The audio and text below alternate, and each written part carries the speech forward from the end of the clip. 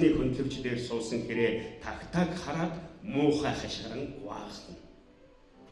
Чамдрш ихлээд тагтааг дараа нь Маркогийн царайг хэрхэн хувирахыг хараад хөөх гэж чангаар дуалдаг.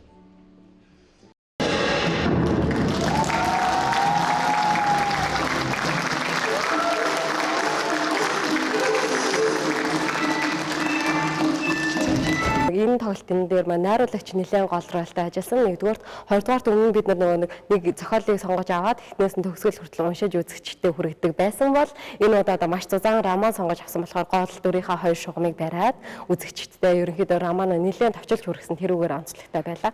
Тэгээ өмнөх тоглолтууд маань болохоор ерөнхийдөө зохиолынхаа онцлогоос шалтгаалаад тавилтууд маань өөр байдаг. Тэгээ энэ удаа цирк жилсэн гэдгээр нэгдүгээр давуу тал, хоёрдугаар давуу тал маань болохоор маш том баг бүрэлдэхүүн ажилласнаар онцлог. Өмнөх тоглолтууд маань болохоор уран бүтээлийн баг маань ерөнхийдөө 10 багтайгаа нийлээд нэг 10-аас 15 хүний хүрээнд тоглолт маань болдог байсан бол энэ удаа зөвхөн уран бүтээлийн баг нэхэд 60 гаруй уран бүтээлч оролцсон байна. Улсын онцгой комиссийн шийдвэрээс шалтгаалаад бид нэлээд яруу шавдуу ажилд орсон. Тэгээд ерөнхийдөө нэг цаг хугацаа жоохон шахуу ажилласан ч гэлээ хүсэн хүлээсэн тоглолтоо үзэгчтэй бүрэн дүүрэн хүргэж чадсандаа баяртай байна.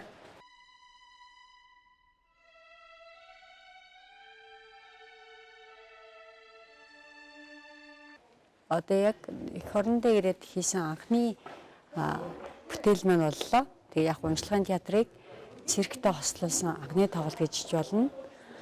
Дээрээс нь Улаанбаатар чуулгын Улаанбаатар театр боллоо. Дээрээс нь Монгол циркийн 80 жил яг энэ бүгдийг нэг холбоод бидэрт бас ийм боломж байгаа гэдгийг харуулахыг бас үзэгчдээ шинэлэг бөгөөд театрын бас энэ шин төрлийг харьцангуй хөгжүүлж одоо хүмүүс таниулахыг л энэ тоглолтын маань зорилго байсан юм.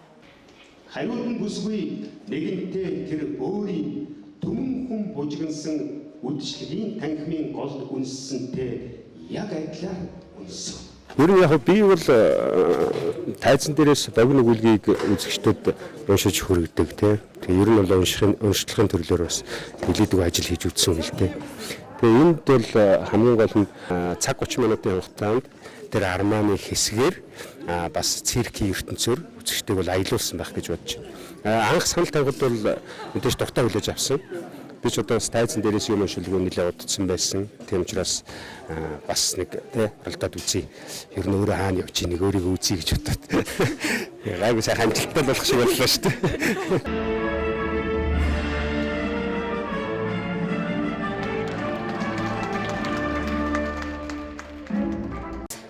За өнөөдрийн энэ одоо яг тоглолт гэхээр тоглолт биш те.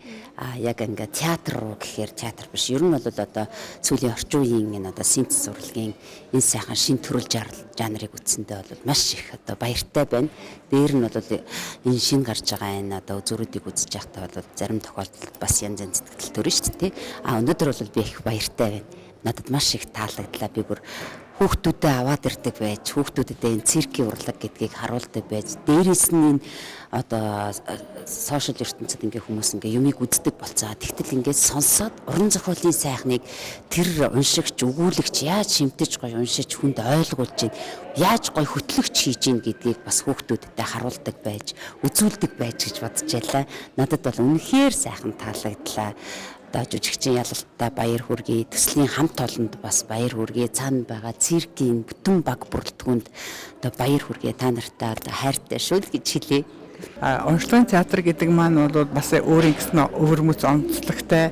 Тиймээ сүүлийн үед бол ерөнхийдөө бас театрт одоо ийм уншлагын театр гэсэн ийм шинэ жанр орж ирж бас ингээд байгаа явдал бол бас талархууштай. Ер нь бол дэмжүүштэй ийм зүйл. Ер нь бол одоо баруунд ч гэсэн ер нь дэлхийд бол энэ уншлагын театр бол их олон янзын хэлбэрээр одоо үүссэн байдаг тий. Үүсээд тэгээд хөгжөөд ингээд явж байгаа. Тэгээд манайд бас одоо ийм театр бас байгаа явдал бол бид нар бол энийг дэмжиж явах хэрэгтэй, энийг улам цааш нь хөгжүүлэх хэрэгтэй юм. Тэгээд хүүхдүүдэд их баярлалаа. Энэ залуучууд их сайхан мундаг хүүхдүүд байна. Гайхамшигтай юм гой гой номеруудыг үзүүлж байна. Тэгээд найруулагчид одоо баяр хүргэе.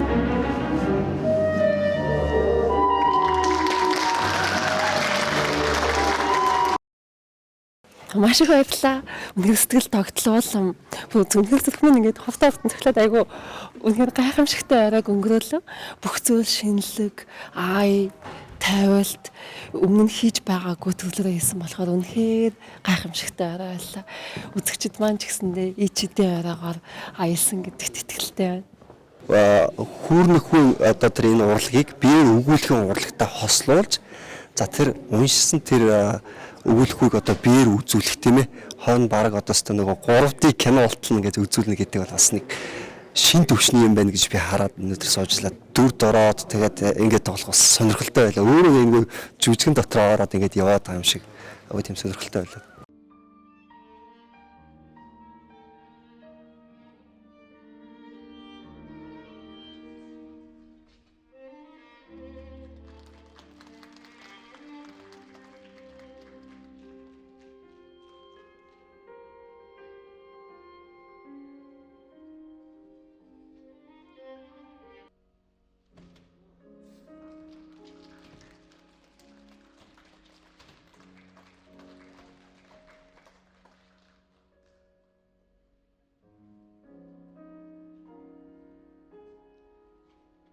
Зүүдний цирк гэдэг энэ номын уншлага тэгээд цирктэй холбогдоо их гоё юм болоо. Тэгээ Монголд анх удаа гэдгээр гоё юм байна. Ийм юм тоглосондоо би ч бас өөрөө залуу болсон юм шиг санагдаж. Тэгээ зүгээр серийтлийн үзэгчдийн байдал болохоор зэрэг циркийн номер одоо циркчтэй сансан байна л гэж би харлаа шүү дээ тий. Яагаад гэхдээ зэрэг нэр нь циркийн номер үзүүлбэр хийгээд тэгээ төрөг гүйцэтгээд тэгэл дуусах болгонд аягүй сайн алга дашилт аягүй өндөр байсан тий. Би өөрөө залуу болцсон юм шиг санагдлаа. Манай энэ залуучууд бол гоё харагдчих шүү дээ тий. Үзэгчдийн суудлаас бол бүр гоё харагдсан байлгүй тий. Болдгсон бол дахиад өөрөө нэг тэнц сууж байгаа хараад тэгмэр санагдчих. Баяртай бас гонхтой аль талаас нь л бодлоо. Ер нь бол ягаад баяртай байгаа юм бэ гэхээр ер нь өнөөдөр ингээд одоо яг уншигч гэж хинбэ яг унших юуг унших хэвээр юм бэ? Яаж унших хэвээр юм бэ гэж бодох нэг ийм цаг хугацааны нэг зааг дээр бид ирсэн байх шиг байгаа юм. Илүү их сонсохыг хүсдэг болцсон. Илүү их хэн нэгний амнаас одоо ингээд юмыг дамжуулж мэдэх гэдэг болцсон. Тэгэхээр яг үгэн дээр төвлөрж үг хэлж үгийг анхааран сонсож үгийн тухай бодох ийм бодол хэл хүнд их ухаарл өгдөг байх.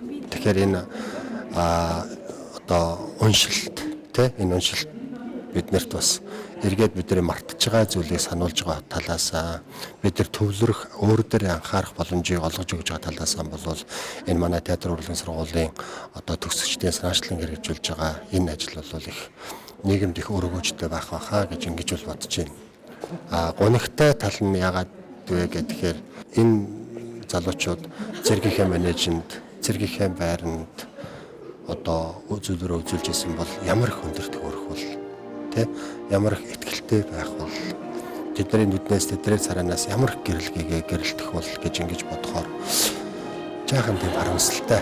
Тэгвэл Монголын циркийг ингээд аваад явж байгаа олон сайхан залуучууд ингээд байжгаад Монголын циркийн төлөө ам амьдралаа авьяас чадвараа зориулж байгаа ийм сайхан залуучууд байгаад бол их баяртай байна.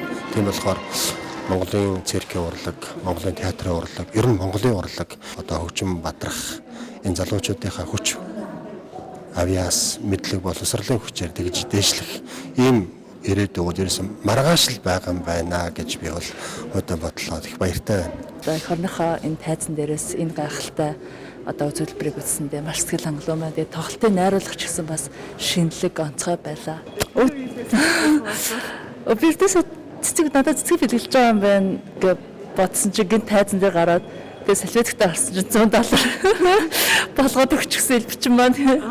Энэ удаагийн театрын тоглолтын хамгийн онцлог сэтгэлд хүрсэн үнэхээр одоо сэтгэл догдлуулсан хэсэг нь бол циркийн үзүүлбэр театртаа хасарч орж ирснээрээ тэр эмоц сэтгэл хөдлөлийг бол үзэгчдийн сэтгэл хөдлөлийн тэр уур амьсгалыг үнэхээр өндөрт өргөж байна. Энэ нь бол театр гэдэг нэгэн уйтгартай, нэгэн хэвийн гэдэг үзэгчдийн ойлголтыг тэр зүйлийг бол эвдсэн шинээр одоо тийм өнгө аяс гаргаж ирсэн гэдгээр онцлог байна.